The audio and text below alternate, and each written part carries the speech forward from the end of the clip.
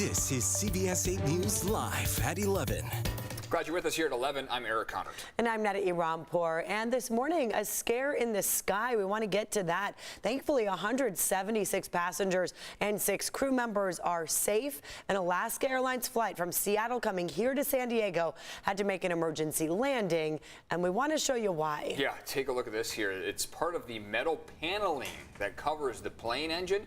It completely detached. CBS 8's Kelly Hussedall live at San Diego International Airport, and you spoke with one of the passengers on board that flight, Kelly?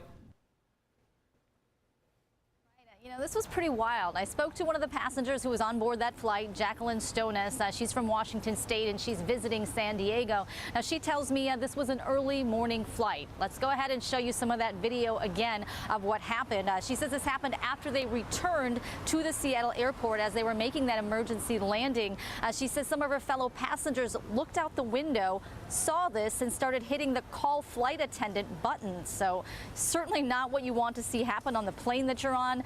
She was seated in the back, so she didn't see the metal come off, but she described what led up to this emergency landing. She says they'd been in the air for maybe an hour or so. The pilot said, we're feeling some sort of vibration on one side of the plane, so let's return to Seattle and let the mechanics take a look. She says everyone was calm, no one was freaking out or anything like that. The staff, the pilots were great. They landed, deboarded, and that's when she says she saw a piece of the metal covering the engine was gone.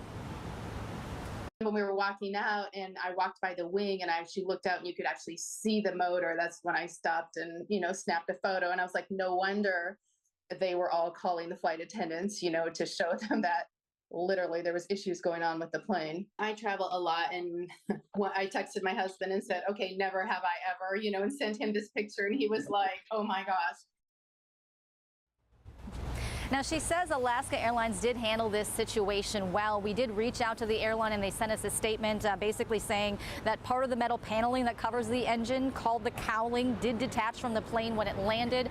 They say this was a Boeing 737-900ER that is now temporarily out of service while their safety team investigates. So fortunately, no one hurt in any of this. Again, Stonis just credits Alaska Airlines for doing a great job handling the situation. Everybody got onto another flight to head to San Diego and made it here safely.